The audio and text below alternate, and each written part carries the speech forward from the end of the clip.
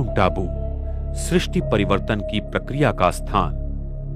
पृथ्वी की सारी प्राचीन संस्कृतियां जैसे इजिप्ट के पिरामिड्स, ईस्टर आइलैंड, माया संस्कृति के पिरामिड्स आदि पृथ्वी के ले लाइन पर विकसित हुई हैं।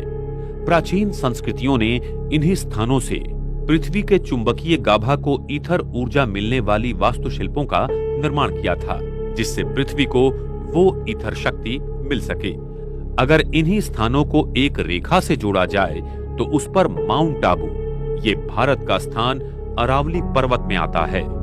इस स्थान के अक्षांश और रेखांश देखा जाए तो 24 नॉर्थ अंश और 72 ईस्ट अंश पाए जाते हैं। ध्रुवीय तारा का पृथ्वी के साथ का 23.5 अंशों का झुकना और आकाश तत्व पृथ्वी के साथ 72 अंशों में उठना इसी माउंट आबू स्थान पर मिल जाता है, जो पृथ्वी का अभी केंद्र बिंदु है।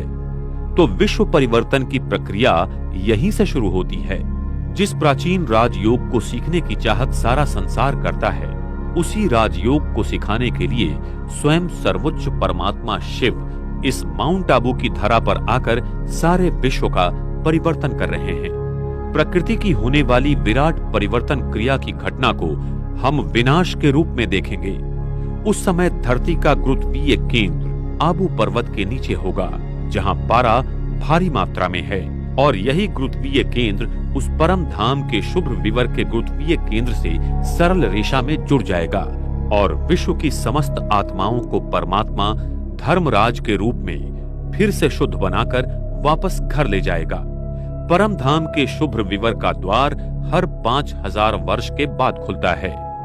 ये एक रिवर्स क्लिकिंग मैकेनिज्म है जो अति अद्भुत है। जिस समय शुभ विवर का द्वार खुल जाएगा, तब सारी आत्माएं आबू पर्वत के केंद्रीय गुरुत्वीय स्थान से परम धाम की ओर वापसी की यात्रा करेंगी। इस भारत भूमि पर फिर से सतयुग शुरू होगा और श्री कृष्ण श्री राधे की आत्माओं का जन्म होगा। सृष्टि की फिर से हूबहू पुनरावृत्ति होने लगेगी। ये सृष्टि हर 5000 वर्ष के बाद हूबहू घूमती रहती है। ये एक अद्भुत और अति गृह रहस्य सिर्फ परमात्मा हमें बता सकते हैं। इस भारत भूमि पर स्वयं परमात्मा का दिव्य अवतरण पिछले 78 साल से हो रहा है, जो कि एक बहुत अद्भुत और दिव्य घटना है। लेकिन वर्तमान समय में मानव अपने इंद्रियों और सुख साधनों में इतना खो गया है कि वो इस सत्य को बार बार ठुकरा देता है। अंत में वो आत्माएं जिन्होंने परमात्मा को पहचाना और उसके कहने पर अपना जीवन व्यतीत किया, उसे आने वाले स्वर्णिम सृष्टि में परमात्मा देवी देवताओं के स्वरूप में ईश्वरीय जीवन बहाल करेगा। वर्तमान समय में स्वयं सभी आत्माओं के पिता परमात्मा मनुष्य आत्माओं को आने वाली नई सृष्टि का उपहार देने आया हुआ है।